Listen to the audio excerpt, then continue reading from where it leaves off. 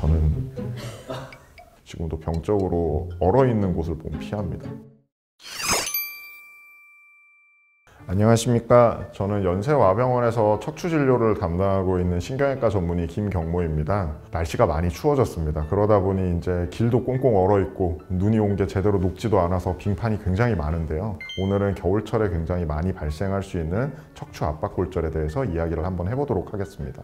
척추체는 어찌 보면은 이렇게 두 개의 층으로 나눠져 있다고 생각하시면 될 것 같습니다.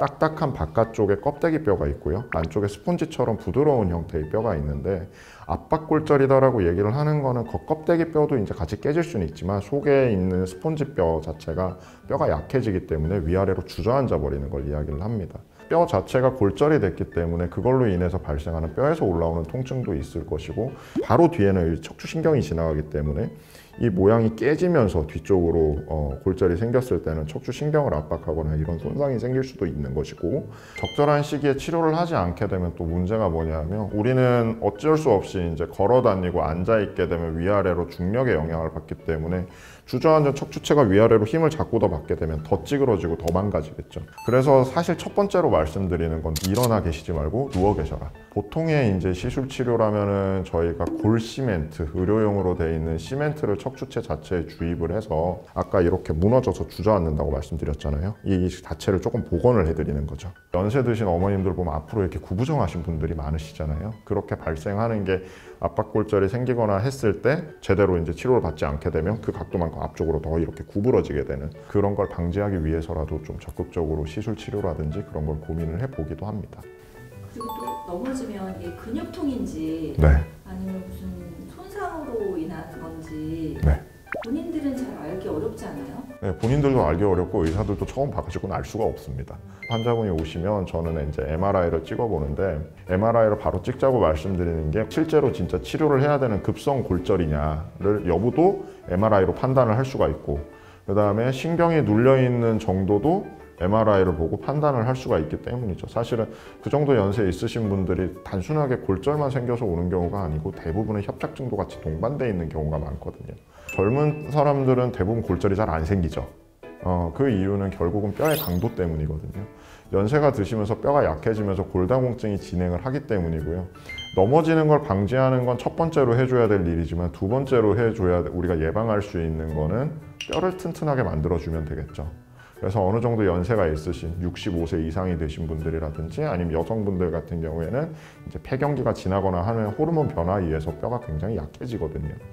그래서 그런 분들 같은 경우에는 미리미리 본인이 골다공증 검사를 받으시고 그래서 내가 뼈가 어느 정도의 강도인지를 미리 인지하고 계시고 치료가 필요하다면 뼈의 강도를 올리는 치료를 미리 예방적으로 하시게 되면 제가 봤을 때 충분히 낙상이라든지 이런 골다공증성 골절은 충분히 예방 가능한 질환이다 라고 말씀을 드리고 싶습니다. 걸어 다닐 때 뭐 주의사항은 없을까요? 피하셔야죠.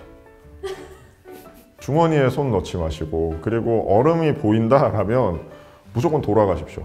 저는 지금도 병적으로 얼음 위로 남겼습니다. 제가 이제 전공의 때나 이렇게 낙상하셔가지고 미끄러지면서 다치신 분들을 너무 많이 봐가지고 지금도 병적으로 얼어있는 곳을 보면 피합니다.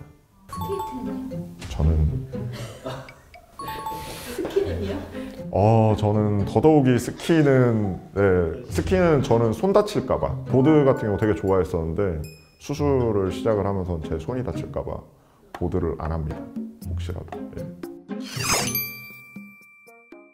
시술을 하시고 나서 뼈의 안정성이 어느 정도 확보가 됐다라고 판단한 다음부터는 보조기를 꼭 착용을 하시도록 말씀을 드리고요. 결국 보조기의 역할은 허리는 기부스를 할 수가 없기 때문에 그 기부스의 역할이다라고 생각을 해주시면 됩니다. 그래서 뼈가 안정화되는 한 3개월 정도는 보조기를 잘 착용하도록 말씀드리고요. 특별하게 뭐 재활이나 이런 거는 저는 말씀드리진 않고요. 진짜 많이 신경을 감압해야 될 정도로 많이 이제 손상이 되시거나 해가지고 뭐 나사못 받고 이런 수술까지 하시면 당연히 이제 마비도 처음에 어느 정도 있을 거고 하니까 재활을 하셔야 됩니다 라고 말씀드리는데 통증만 가지고 굳이 재활하실 필요는 없습니다. 그래서 근육이라든지 이런 거 손상받은 거에 대한 물리치료라든지 아니면 뭐 온찜질 같은 거 아니면 뭐 아주 뭐 필요하다면 도수치료 같은 것도 척추가 어느 정도 안정되고 난 다음에 도움은 되겠죠. 선생님이 유독 주의하는 게 있어요?